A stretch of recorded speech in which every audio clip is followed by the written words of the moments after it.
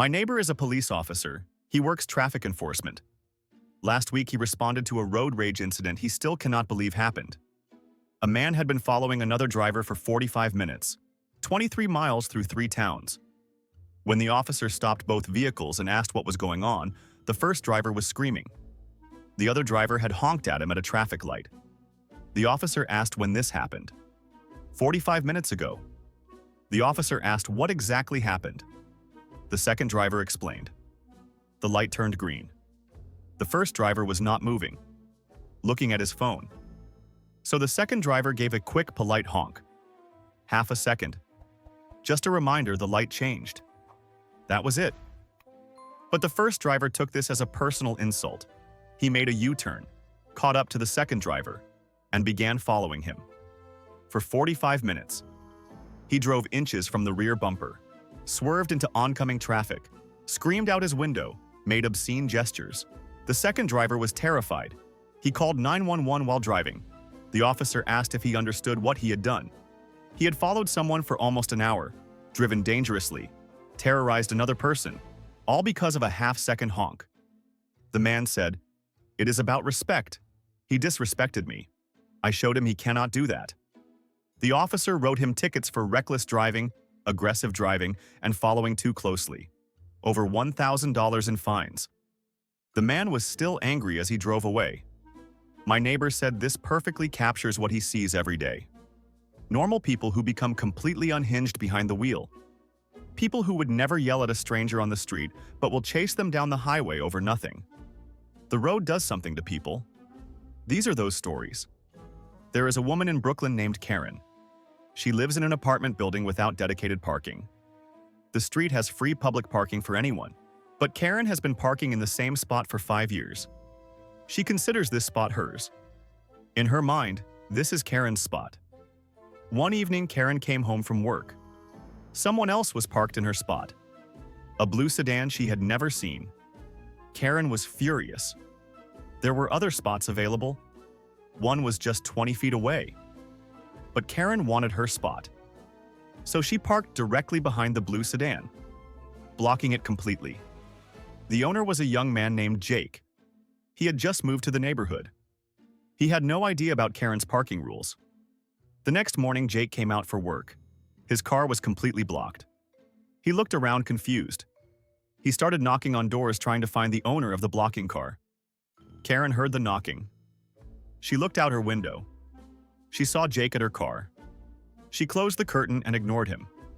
Jake spent 30 minutes knocking. Nobody helped. He called work. He was going to be late. Very late. He took a taxi. He was 2 hours late. His boss gave him a warning. That evening, the blocking car was gone. Jake parked in a different spot, far away from Karen's claimed spot. The next morning, he came out. All 4 tires were flat, slashed. There was a note. It said, "This is my spot. Do not park here again." Jake was shocked. He called the police. They took a report but said without evidence there was not much they could do. Jake had to pay $300 to replace all 4 tires. He decided to install a camera in his car. The next week, he intentionally parked in the original spot again. That night, the camera recorded everything. It showed Karen walking up around midnight. She looked around. Then she pulled out a knife. She bent down and slashed each tire, one by one. She left another note. Jake took the footage to police. They arrested Karen for criminal mischief and vandalism. Karen was outraged. She kept yelling it was her spot. She had been parking there 5 years. The officer explained public parking means public. For everyone. Nobody owns a spot on a public street. Karen did not accept this. She hired a lawyer. She wanted to sue for adverse possession. She claimed 5 years of parking gave her legal ownership. Her lawyer refused the case. It was absurd. You cannot claim ownership of a public parking space through use. In court, Karen pleaded not guilty. She argued she was defending her property. The judge asked what property. She said her parking spot. The judge explained it was not her parking spot. Karen said 5 years should count for something. The judge said it counted for nothing in terms of legal ownership. Jake showed the video of Karen slashing his tires. Twice. Karen was found guilty. She had to pay a fine. She had to pay Jake for the tires. Both sets. $600. She also had to pay court costs. She was given probation, and the judge issued a restraining order. Karen had to stay 50 feet away from Jake, but Karen still parks in that spot every day. She considers it hers. Now she makes TikTok videos about her parking spot drama. She films other cars parking in her spot and posts angry rants. Her comment section is full of people trying to explain that public parking is public. She blocks them all. In her mind, she is a victim fighting for what is rightfully hers. The fact that she was arrested, convicted, and fined has not changed her perspective at all. It was a Tuesday afternoon on Interstate 76. Traffic was moderate. A man named Mark was driving in the left lane, the fast lane. But Mark was going exactly 65 miles per hour, the speed limit. In Mark's mind, he was following the law. He had every right to be there. Behind Mark was a pickup truck driven by Travis. Travis wanted to go faster. He came up behind Mark and started flashing his high beams. Mark ignored him. Travis started honking. Mark kept driving at 65. Travis got frustrated. He swerved to the right lane and passed Mark on the right. Dangerous and illegal. Then Travis pulled in front of Mark and hit his brakes. Hard. Mark had to slam on his brakes to avoid hitting Travis. This made Mark angry. He accelerated. He passed Travis. He pulled in front and hit his brakes. A brake check in return. Now both men were angry. Travis passed Mark again. Brake check. Mark passed Travis. Brake check. This went on for 20 minutes. They were driving 90 miles per hour, weaving through traffic, cutting off other drivers, creating dangerous situations for everyone. Other drivers were calling 911. Then Travis did one more brake check. He slammed on his brakes. But this time, Mark could not stop in time. He crashed into the back of Travis's truck. It was not serious. Both vehicles were drivable. But the rear of the truck was dented and Mark's front bumper was damaged. They pulled to the shoulder. Both men got out yelling. The police arrived quickly. Multiple people had called about these two vehicles. The officers separated the drivers and started asking questions. Both men had dash cams. Both recordings were reviewed. The officers saw the entire 20-minute war. They saw the passing and brake checking over and over. They saw both drivers going 90 in a 65 zone. They saw them cutting off innocent drivers. The officers wrote tickets for both men. Multiple tickets: reckless driving, aggressive driving, speeding, unsafe lane changes, following too closely. Mark got 5 tickets totaling $2,300. Travis got 6 tickets totaling $2,700. Both men were shocked. They each thought the other would get in trouble. Not them. But the officers explained both had engaged in dangerous driving. Both had broken multiple laws. Both had endangered other people. Mark tried to argue Travis started it. The officer said that does not matter. Mark had the choice to let it go. He chose to escalate. Travis tried to argue Mark was camping in the left lane. The officer said that does not justify brake checking someone. The accident was ruled Mark's fault because he hit Travis from behind. Mark's insurance paid for Travis's truck damage, but Travis's insurance refused to pay for Mark's car because Travis had been driving recklessly. Mark paid out of pocket $3,000. Travis paid his deductible $1,500. Both insurance rates went up significantly. Both men got points on their licenses. They were required to take anger management classes, and both got misdemeanor convictions for reckless driving. The case went to traffic court. Both men stood before the judge. The judge said, "You are both grown men. One 42 years old, the other 38. And you played dangerous games on a highway at 90 miles per hour. You put innocent people at risk. Families with children.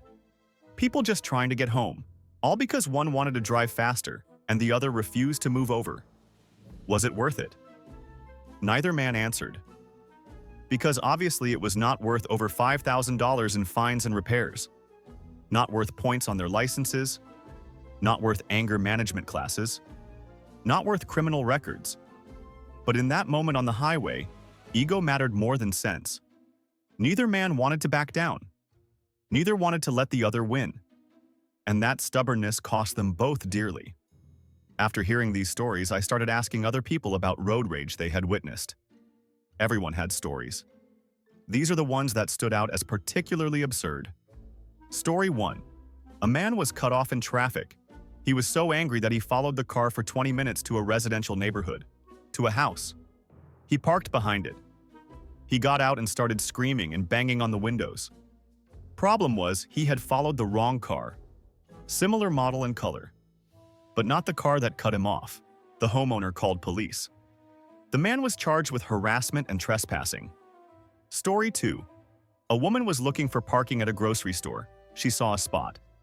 But another car came from a different direction and took it. The woman was so angry that she deliberately backed into the other car. She rammed it. Her car suffered $2,000 in damage. The other car had $800. She was arrested for assault with a deadly weapon. Her car. Over a parking spot. Story 3. A man was stopped at a red light. The car behind him had a political bumper sticker. The man disagreed with the message. He got out of his car, walked back, and started punching the window and yelling. The light turned green. Other cars were honking. The man kept yelling. The other driver called police. The man was charged with assault and disorderly conduct, all because of a bumper sticker. Story 4. A driver called 911 saying he was being followed by multiple cars. He was convinced they were all after him. The police intercepted him. He pointed to normal traffic, cars just driving in the same direction. The police realized he was experiencing paranoia. There was no threat, just regular traffic. He needed medical evaluation. Story 5. A woman was honked at while driving. She did not like being honked at. So she stopped her car in the middle of a busy road. She put it in park. She got out. And she refused to move.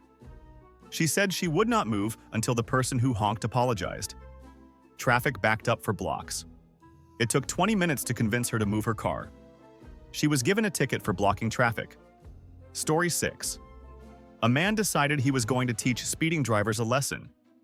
He drove in the left lane going exactly the speed limit. Anyone who came up behind him wanting to go faster, he would slow down even more. He thought he was doing a public service, but he was just causing traffic jams and making other drivers angry. He was eventually pulled over and given a ticket for impeding traffic. Story 7. A driver let another car merge into his lane. Polite driving. But the merging car did not wave, "Thank you." This made the first driver so angry that he followed the car for an hour. He took photos of the license plate. He took photos of the car from multiple angles. He wanted to identify the driver. All because they did not wave "thank you."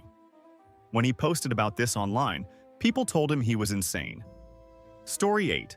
An Uber driver arrived to pick up a passenger. The passenger looked at the car and decided they did not want that driver. They canceled. The driver was so angry that he spent hours creating fake accounts.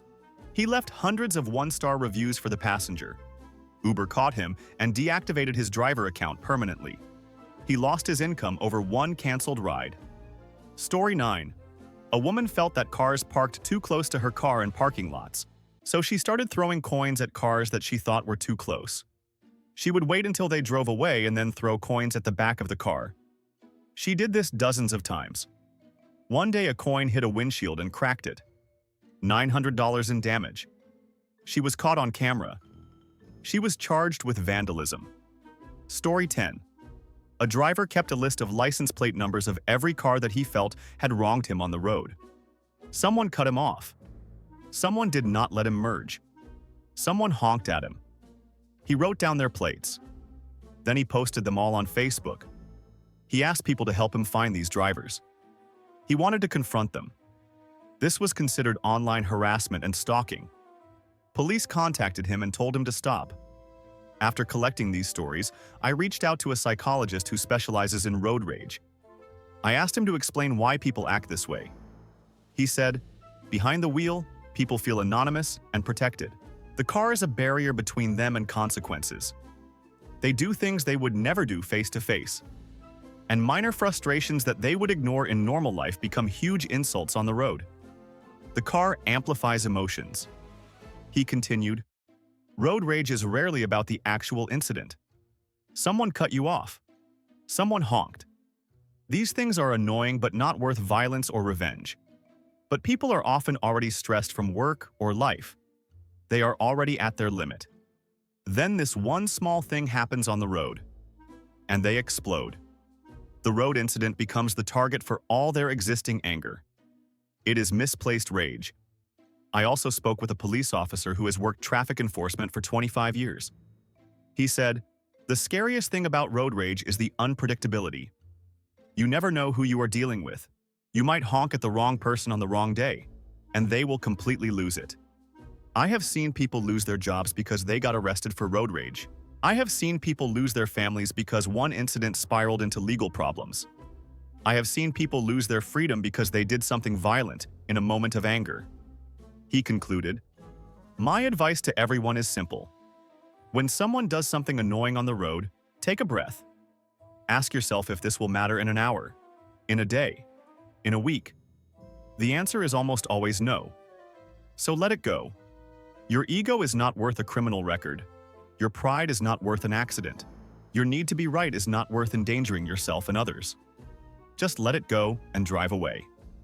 The road turns normal people into monsters. Do not let it turn you into one too.